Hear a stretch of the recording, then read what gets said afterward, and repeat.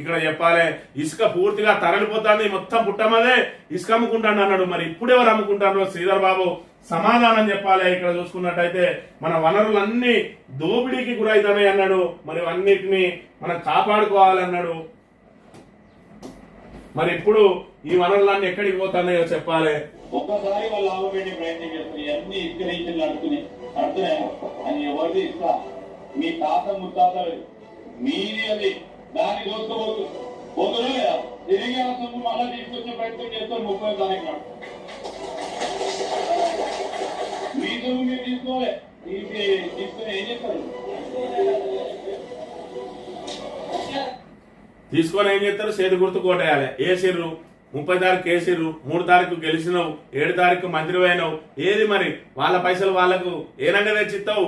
కనీసం మంత్రిలకు ఫ్రీ ఇసుక ఇయ్యవా అంటే మరి ఇక్కడ ఫ్రీ ఇసుక లేని పరిస్థితి. పక్కబండి ఉన్న పెద్దపల్లి ఎమ్మెల్యే విజయరమణారావు అక్కడ మరి ఆయన నియోజకవర్గ ప్రజలందరికీ కూడా శాండ్ ట్యాక్స్ పెడితే కూడా కలెక్టర్ను కాదని శాండ్ ట్యాక్స్ ని బంద్ చేయించి ఉచిత ఇసుక విధానం ప్రవేశపెట్టిండు. కేవలం ట్రాక్టర్ కిరాయి కడితే పెద్దపల్లిలో ఉన్న ఏ మూల గ్రామస్తునికైనా ఇసుక లభిస్తుంది. నువ్వు ఇల్లే కట్టుకో, బాత్రూమే కట్టుకో, మోరే కట్టుకో, ఏదైనా కట్టుకో, నీకు ఇసుక కావాలంటే యథేచ్ఛగా తెచ్చుకో, ఫ్రీగా తీసుకో.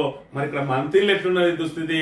అయితే వాళ్ళ అంశాల దగ్గర బ్లాక్ లో కొనుక్కోవాలి, లేదంటే శాండ్ ట్యాక్స్ బుక్ చేస్తే వారానికి వస్తుందో 10 రోజులకు వస్తుందో తెలియని పరిస్థితి. మరి ఇక్కడ ఈ వారంలో ఎవరికి పోతున్నాయి?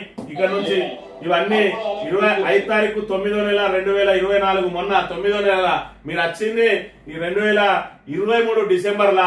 ఇది 9 నెలల తర్వాత మరి ఇన్ని లారీలు పోతున్నాయి. ఈ రోజు ఇంకా పెరుగుతా ఉన్నాయి, నిత్యం లారీలు ఇంకా ఇసుక రీచులు పెరిగినాయి. మరి ఇవన్నీ ఎవరి తాత ముత్తాతల ఆస్తి కాదా? ఇది ఎవరి జేబులకు పోతున్నాయి? మరి ఆ రోజు పుట్టమ్మ తింటే ఈ రోజు నువ్వు తింటున్నట్టే కదా లెక్క.